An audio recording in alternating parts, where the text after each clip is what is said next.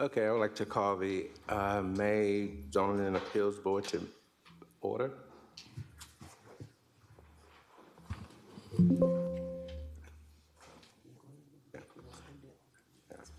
The Augusta, uh, the Augusta Board of Zoning and Appeals hears and makes decisions on application for variances in accordance with powers granted under Section 1-4-88 of the Augusta, Georgia Code. The applicant must provide any scale drawings or plot plans, including all dimensions, pictures, or any other supporting information at this meeting. Only information presented at this meeting may be used in any future hearings regarding this petition.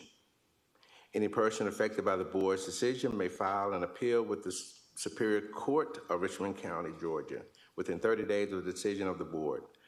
The meeting will be conducted in accordance with the board's bylaws and rules of procedures and the latest edition of Robert Rules of Order, unless otherwise directed by the majority of the board in session at the time. A minimum of 10 minutes shall be afforded for the presentation of data, evidence, and opinions on each side of a petition. If more than 10 minutes is afforded to one side, then the equal amount of time shall be afforded to the other side. The board encourages participation in this hearing, and there is no restriction on who may address the board within the allotted time. But the board asks that public comments be brief on subject and directed to the board, not to any individual or group. And can I get a motion to accept the April minutes, please? I make a motion to accept the minutes from our April 21st, 2025 meeting. Second.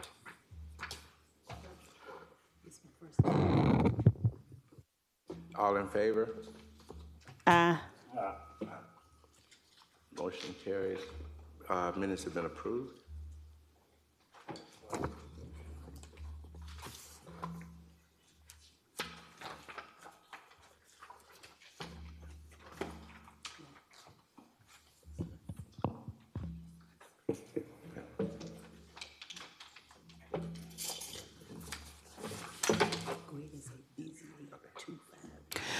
Chairman, if we can go ahead to item number 2, BZA 25-15. Yes, please. It is a petition by D. Wright McLeod requesting a variance from Section 8-1B of the Comprehensive Zoning Ordinance to allow for an increase in the side and rear yard height of a wrought iron fence with brick columns from 6 feet to 8 feet on property located at 2917 Bransford Road. It is currently zoned R1, and staff will present further details. Thank you. All right, Kevin Boyd, Development Services Manager. This request is a continued item from last month's meeting in April. The applicant is seeking to install a 8-foot wood privacy fence in the rear and side yards where a maximum of 6 feet is allowed. The applicant is seeking 8 feet. This property is 0.71 acre tract and it's located at 2917 Bransford Road. It is currently zoned R1A, one family residential, and is situated in the Forest Hills neighborhood. The property has approximately 150 feet of frontage along Bransford Road and a variable lot with depth of 191 to 200 feet. At 0.71 acres, the parcel is larger than the medium lot size within the block area of 0.52 acres. And as you can see here, the location on the map, property has a pool and accessory building in the rear, and the property is situated in the R1 zone. And this is highlights from the vantage here, looking from the rear to the adjoining tract, and the applicant is seeking the 8-foot tall fence measured from the ground. There also includes a 2 brick posts and a gate to provide access to adjoining parcel. So the applicant proposes an 8-foot high wood fence with copper post caps. The fence will enclose the rear of the property and extend on the back plane of the house. The existing wrought iron fence connects with the front plane, will tie into the new front fence. The fence will be painted Charleston green. The 8-foot fence is consisting of a wood material that would be installed along the rear section of the fence and positioned as referenced with those two 8-foot columns. Staff, in our assessment of the area, did find only a few instances where a fencing wall exceeded 6 feet in height. The proposed 8-foot fence would represent a 33% increase in overall height. Property is situated outside the historic district. Approximately half of the tract is in the 100-year flood zone, and at the time of completion of this staff report, staff has received 4 letters in favor of this variance petition.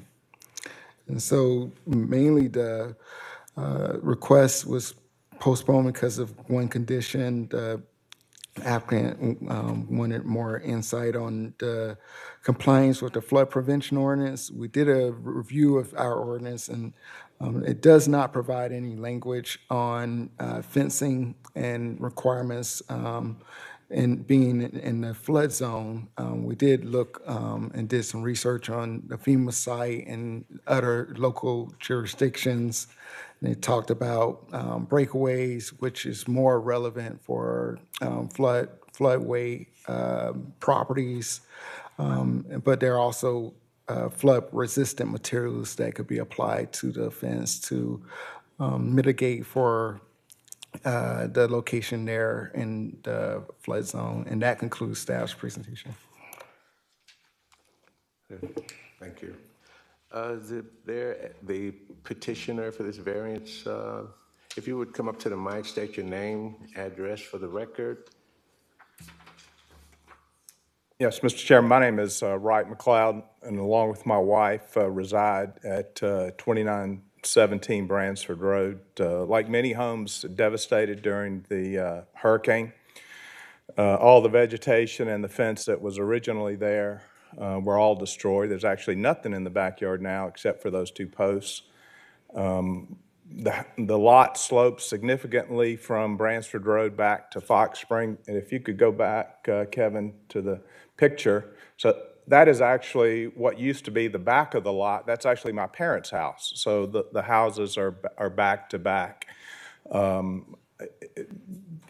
There's no privacy. The neighbors agree, and we're just asking the board to allow us to go from a 6'8", primarily because the house is much higher than the back of the yard, and that 6 feet really doesn't provide any privacy. I'd be happy to answer any questions. Mr. Chairman. Thanks, Mr. McLeod. We have one board member who wants to go on record to recuse us. Yeah, I did it last time. Thank you, Em. Okay, I understand. No. Are there any objectors to the petition in the audience? Seeing none?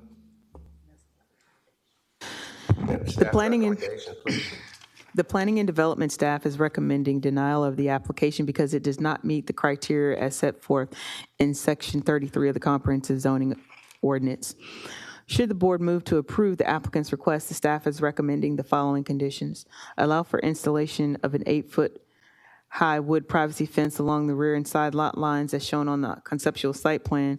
Fencing materials must be in compliance with the flood damage prevention ordinance.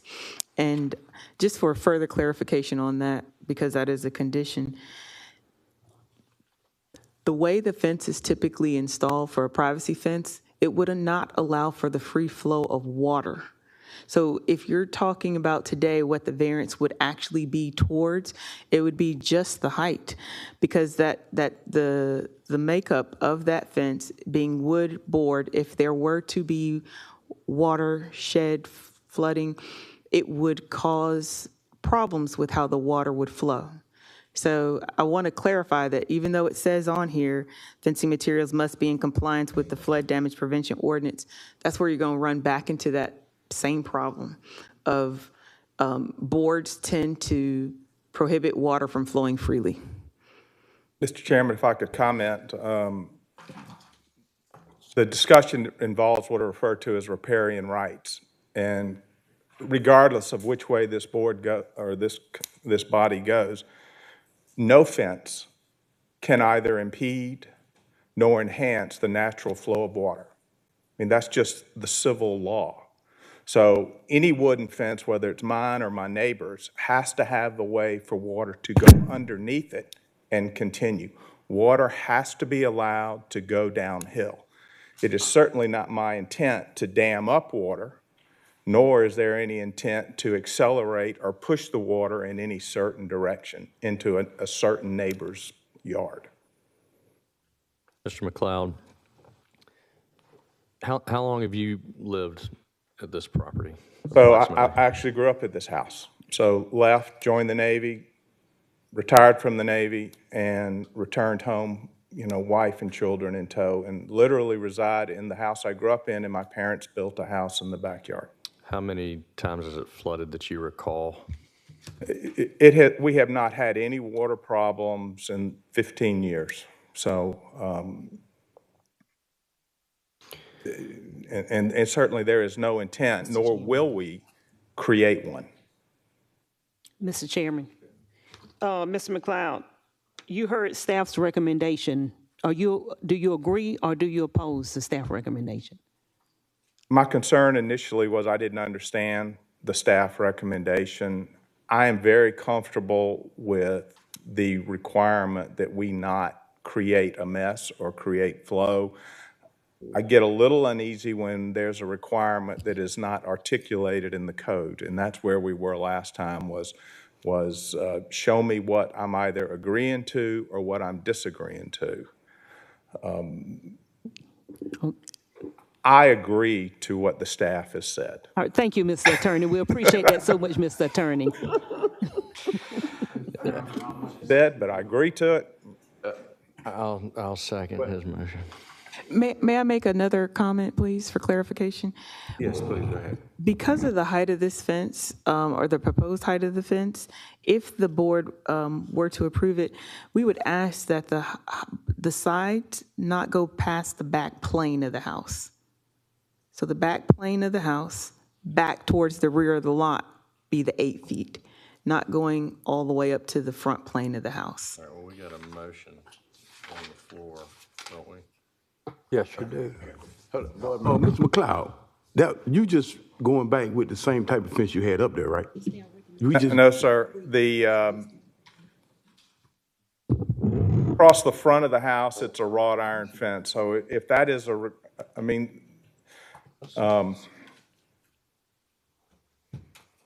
saying on the back side. no, sir, it was smaller. All the way around? Well, there's no fence there now. I'm saying before. But the prior, no, sir, it was not. It was chain link.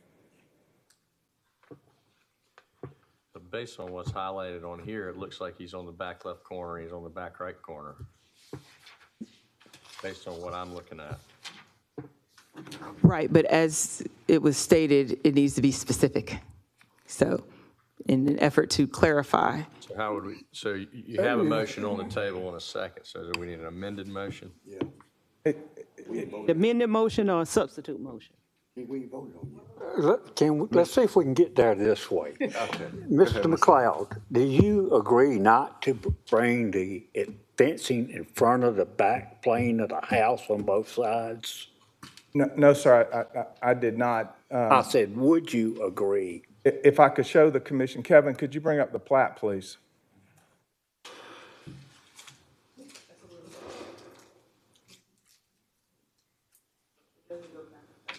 It doesn't go past the back plane. It doesn't go on here. Not what's highlighted. No, sir, that's incorrect. I mean, I'm not, if you look to the front of the house, there is a wrought iron fence that is across, and there's on what we'll call the low side, and there is a gate across the driveway on the high side. Now, on the high side, it's going to be stair-step down because of the topography of the land. But the neighbors and I would like to keep the 8 feet all the way to connect to the current wrought iron fence that is across the front of the house. So it's so it's to the front plane. The front plane, that's correct. Right. But I think what his request is the front plane. Is that correct? That's correct. It would not work, Mr. Chairman, if we don't go to the front plane of the house. The way there's a carport in the back, and you would have a gap in the fence between neighbors if we didn't go all the way to the front. But the fence will be level as the topography falls. Correct. Correct. The fence will, So, you know, it's not, I mean, it moves, so the fence has to step down to stay current to the land, or to stay level to the land. so theoretically, there could be an area where it's not 8 feet. It's And nowhere will it exceed 8 feet. It will actually drop in some places as we go forward up to the front of the house, because it'll be shorter. It'll be shorter. So, Mr. Chairman, so I guess for clarification purposes, and I guess staff, this is a question for you all and for the attorney. So what Mr. McLeod is stating, he wants, it looks different from what we have. So was this advertised properly? Based on what he's saying, his intent is to go all the way. Is that correct? With your The fence goes all the way. It's Oh, not okay. 8 feet all the way. Okay, But the fence goes all the way. Okay, yeah, I just want them to clarify because I'm trying to. So based on how we received this, we didn't highlight, you know, this is what the yellow that you see, that's where the 8 feet is. And so we're saying that the 8 feet height on the rear and side property lines, should you choose to approve it, should not go past that plane. So where it drops off here, where you see the yellow end on both sides, that would drop down to 6 feet if they chose to continue it. Because that's how it was submitted. Mr. Chairman. Unless the applicant is saying that they didn't submit this way, because this is the way they drew it. Staff, did y'all draw this yellow line? This is how we received the application. We didn't change it. Mr. Chairman. Board Member Brigham? Mr. McLeod, Yes, sir. I believe what I hear you saying is that if we don't extend the fence to the front of the house, the front plane of the house, there would be no fence between the wrought iron fence and the fence at the back plane of the house. Correct. Okay. Correct. So we're saying, Ms. Delaney, from what I hear you saying is that his engineer submitted this plan with the yellow highlight on there. Staff did not alter his submission. This is the submission as we received it. Okay, so I'm assuming his engineer then drew it this way. I don't have any idea that, Ms. McLeod, but I'm going to attempt to do what you want to do, and that is, I think my motion was, and I'm going to clarify it, is to have the wooden fence adjoin the wrought iron fence. And I think that, and God forgive me, I think that needs to go to the front plane of the house. And if y'all don't like that motion, I'm willing to have somebody make a substitute motion Mr. Brigham, is that with the two conditions? with the two conditions as I'm recommended. just trying to clarify the motion. So the I'm motion, trying to make sure I cover it too. Board Member Pascal, then Board Member Williams. Mr. Brigham, I think she's saying that he can go to the front. It's got to be 6 feet, right? He can keep going, it just got to be 6 feet, can't be 8. Correct. Okay. Condition number 1, under if you would approve it, it says, as shown on the conceptual site plan. Their conceptual site plan is on the screen right now. Their conceptual site plan shows that the yellow is 8 feet tall. I know. And This I'm is not- what their I'm not conceptual buzzing. plan says. And so once that 8 feet, where that highlighting ends on the 8 feet, it would either drop down to 6 feet and connect to the wrought iron. That's essentially what it says as drawn and as submitted. We didn't alter it, we didn't change it. Mr. Chairman, can I ask Mr. McLeod a question? Yes, go ahead. All right, Mr. McLeod, I think I know the answer to this. I'm sure this is an approximation that we're looking at right here. I understand what you're saying, which is that the fence is going to stay level or it's going to step down. You're not going to have some 8-foot fence right at the top of your driveway that towers over the rest.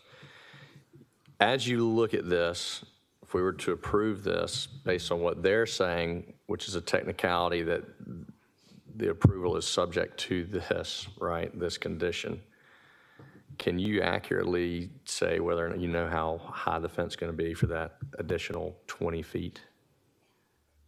Probably not. Well, probably not. Ironically, I have the builder here. What I can say, can he- absolutely, is that it will not be above 6 feet as we go forward because the house, the topography rises significantly. You don't need 8 feet at the front. Right. So, I mean, it could be, I mean, I have a question for staff based, never mind, I retract that question. I'm not even going to ask it.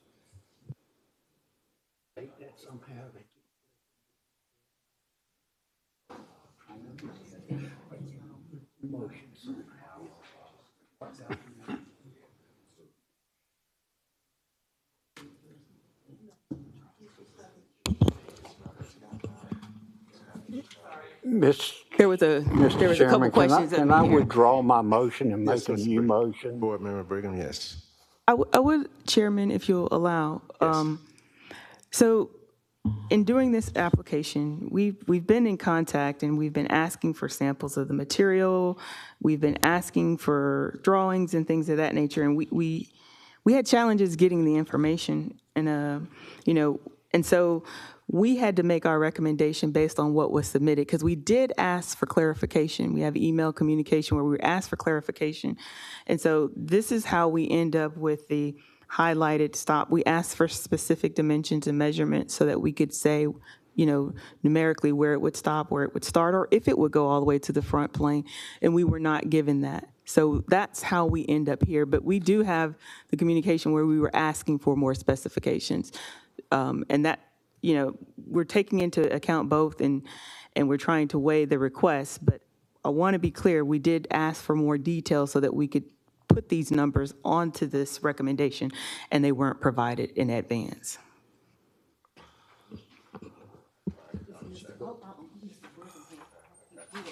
Board Member Brigham.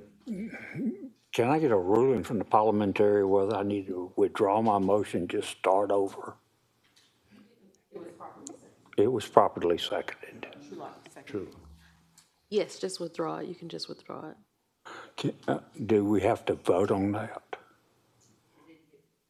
Do we have to vote on withdrawing the motion? No. Okay. I'm trying to make sure. Mr. Chairman, I think I want to make the motion as follows, that we approve this variance with the conditions stated, that the 8-foot fence height goes to the back plane of the house and will step down from there to join the front plane of the house at 6 feet. So, if I can get a second to that, I would like to see if Mr. McLeod would be agreeable to that. Second. Yes, Mr. Brigham, I'm in agreement. You're in agreement. Thank you, Mr. McLeod. I think this is the quickest way we can get your variance done.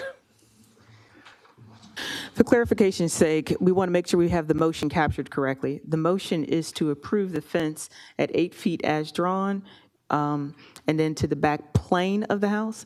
And then once you hit the back plane of the house, the fence will drop down to 6 feet and connect to the front, at the front plane of the house with the existing fence. Is that correct, sir? I said step down, I meant tapered So you would like a tapered to 6. to 6. Okay.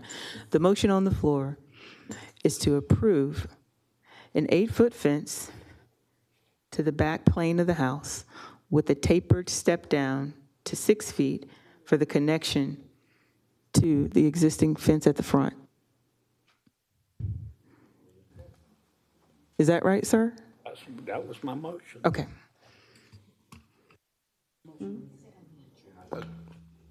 It's been motion and second? Second, yes. With staff recommendations, can we get a roll call vote, please?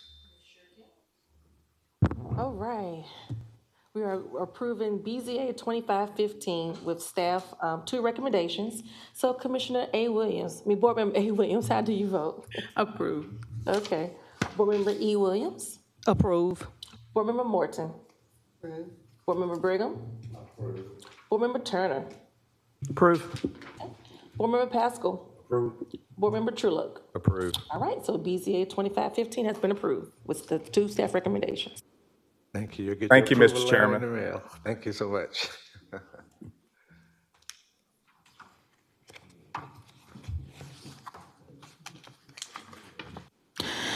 Next item on the agenda is item number 3, BZA 25-17, and it is a petition by Jonathan Barnhart with Jmar Builders and Services Incorporated on behalf of William and Sue Jones, requesting a variance from Section 8-8C of the Comprehensive Zoning Ordinance to reduce the rear setback from the required 38 feet to 10 feet on the property located at 3206 Walton Way.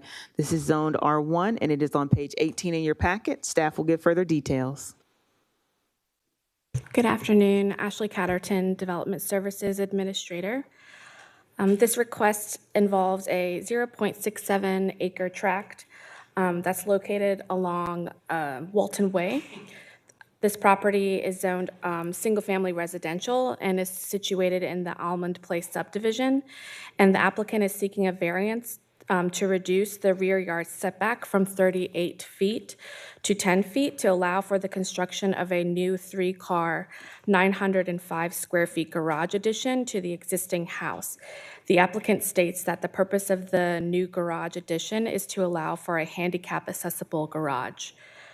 For findings, the lot is approximately 159 feet wide and 182 feet deep, which is the average lot size of the existing properties that are zoned single-family in the Almond Place subdivision.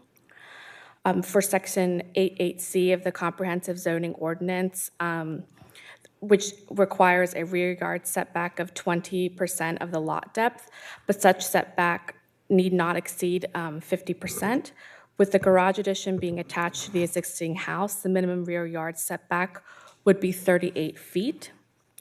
The proposed accessory building will encroach 18 feet into the required rear setback. The requested rear setback to 10 feet would be a 74% reduction. Approval of this request would not exceed the maximum 30% allowable lot coverage of the property. And at the time of completion of this report, there were no inquiries that were received by staff concerning this variance application, and that concludes staff's presentation. Do we have the petitioner present? If so, would you come up to the mic, state your name and address for record, and if you will, please share with the board regarding your variance requests. Okay. I'm Joel Hebert, filling in for John Barnhart. Jmar Builders, we're acting in regards, representing the client. Our address is 1450 Green Street, Augusta. And we have the customer that's wanting to to add another garage as stated. In the pre-meeting, I know there was some discussion about how the existing garage would be used and what would happen to it. Their intention is to keep that make that into conditioned space, but it would be a transition space from the existing conditioned to the garage. They're, like a lot of us, they're not getting any younger, and they are up in age. So steps and that type of thing is going to be an issue for them. So they're looking to have a place to park the cars, get out, and be able to have a ramp when time, to get up inside when the time comes that they're not able to get up there, physically climb the steps. I'll be happy to answer any questions that I can if somebody has some. There are several other lots around there that do have accessory buildings that are close. We would stay within the 10-foot setback there as drawn. Thank you. Do we have any objectors present? And then, can we get staff recommendation, please? The Planning and Development staff is recommending denial of the application as it does not meet all of the requirements as set forth in Section 33 of the Comprehensive Zoning Ordinance. Should the board move to approve the applicant's request, staff recommends the following condition, and that's number 1, allow for a minimum 10-foot rear yard setback on the property to allow for the construction of a new handicap-accessible attached garage, right? It would be attached, yes, ma'am. Okay, and that concludes the recommendation. Board Member Williams? According to this letter that was submitted in the package, the letter of intent, it says for future handicap accessibility. And then I heard something about that you all was going to build a ramp. So is this all future or this is current that you're going to build a ramp also? That's right. They are currently not in a wheelchair as of now, but they are up in age and it is hard for them to climb steps. So they are looking to give themselves that option, whether that's next month or next year or whenever that happens, that they can't physically climb stairs, to add the ramp in the existing garage that's there now. If we put a ramp in the existing garage, there's not room to park their vehicles in there. Okay, so the existing garage is going to stay? Correct, yes, ma'am. And that will turn into heated or conditioned space. And the ramp will be in that existing garage, which will turn into conditioned space. And so all of this is something you're looking at to do for future purposes, not doing it, starting this project, the construction on this project?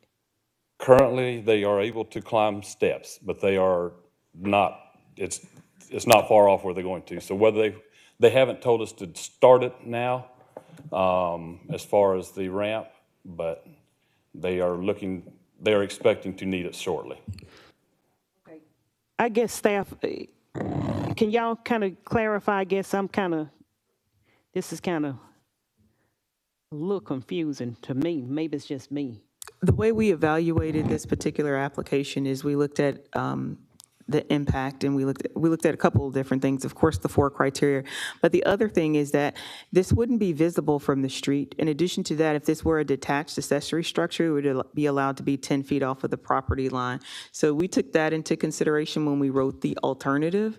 And the aging in place is a real, it's not just something we say, it's something that you want people to be able to stay in their homes. And so at a future time, in order to get the right run, you would have to expand this potentially to get that ramp in there at a later date. So we didn't condition it or make it based on the fact that it's going to be solely handicapped. We looked at how would it have an adverse impact on the adjacent neighbors? Would it be noticeable from the street? And then from an aging in place perspective, you might have to come back and modify that. And would you have enough of a run in order to get a ramp in if you had to? And in the existing conditions, it would not be. And that's why we provided the alternative. Are you comfortable with the conditions? Yes, sir. I make a motion to approve with conditions. I second it. It's probably moved second. Can we get approval? Show by vote. All in favor? Aye. Any opposed? Hearing none, seeing none. You have your approval, you get your letter in the mail. Thank you so much. You appreciate it, everybody. Chairman, item number 4 has been postponed to the June meeting, so we won't read it into the record. But item number 5, which is BZA 25-19, it is a petition by Mark Stellins on behalf of Rising from the Ashes 3 LLC requesting a variance from sections 5 and 23-5C of the Comprehensive Zoning Ordinance to reduce the rear setback from the required 25 feet to 6.1 feet for alterations to an existing non-conforming building that exceeds 50% of the current tax assessment on the property located at 1810 Gordon Highway. Staff will present. Brian Kepner, zoning administrator. As stated, this is a kind of twofold. The applicant concerns a parcel approximately 2.26 acres located at 1810 Gordon Highway, just northwest of the intersection of Gordon Highway and Milledgeville Road. The applicant seeks to redevelop the property by converting the existing building for automotive collision repair. The existing building is non-conforming due to the back of the building being within the required 25-yard rear yard setback for light industrial zoning, therefore requiring approval of the variance.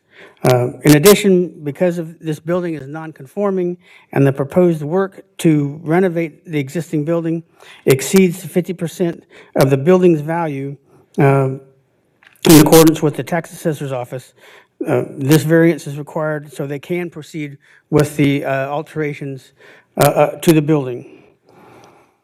The applicant proposes to adapt the existing building and property for an automobile collision repair business with no new structures being proposed.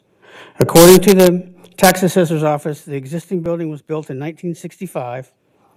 Section 5-1A of the Comprehensive Zoning Ordinance states, repairs and alterations may be made up to 50% of the structure's valuation as assessed by the Richmond County Board of Tax Assessors or its successors at the time the petition is presented.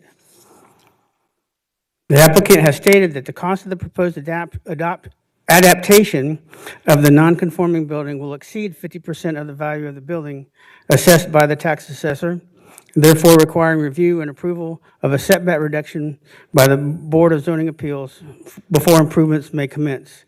The existing non-conforming building has a rear yard setback of 6.1 feet, where a 25-foot setback is required. The adjacent properties that are affected by the rear setback are residentially zoned and contain single-family homes.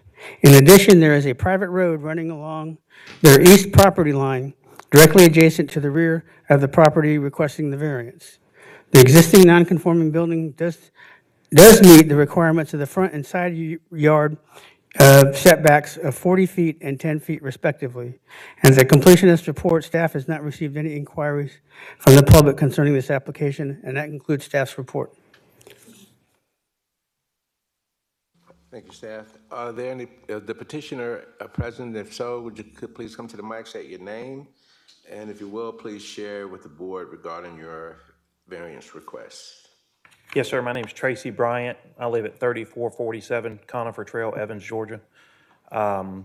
So we don't have any plans to expand on the back half of the property or the left side of the property, or for the right side, for that matter. We're going to use the existing structure to be able to do what we need to do. Are there any objectors present? Hearing none, seeing none, can we get staff recommendations, please? Planning and Development staff is recommending denial of the variance request as it does not meet all of the criteria established in Section 33 of the Comprehensive Zoning Ordinance of Augusta, Georgia, as amended. However, should the board move to approve the applicant's request, staff recommends the following conditions. Number 1, that we reestablish the rear yard setback to 6 feet and allow for the alterations of the existing building to exceed the 50% of the assessed value according to the tax assessor's office. And number 2, that a 6-foot high wood privacy fence shall be installed along the west and south property lines that are adjacent to residentially zoned properties. And this concludes the staff's recommendation. Thank you, staff. Is the applicant comfortable with the conditions as written? We are. I make a motion to approve, subject to conditions. Can I get a Second.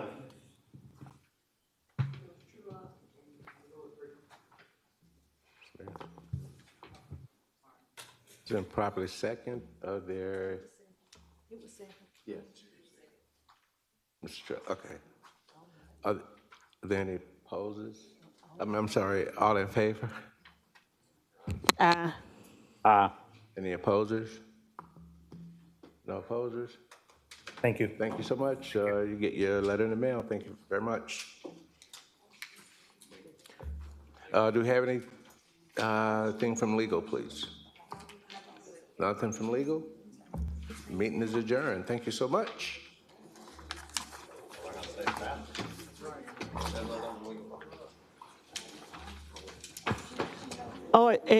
Excuse me, I would like to say something. I believe that Director Carla Delaney is on short term with us.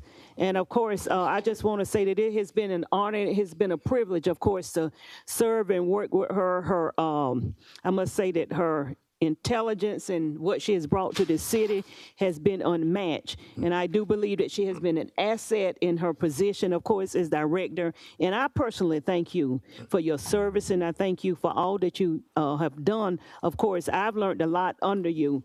And of course, I would say that those are some big shoes to fill. So we wish you the best, and we're truly going to miss you.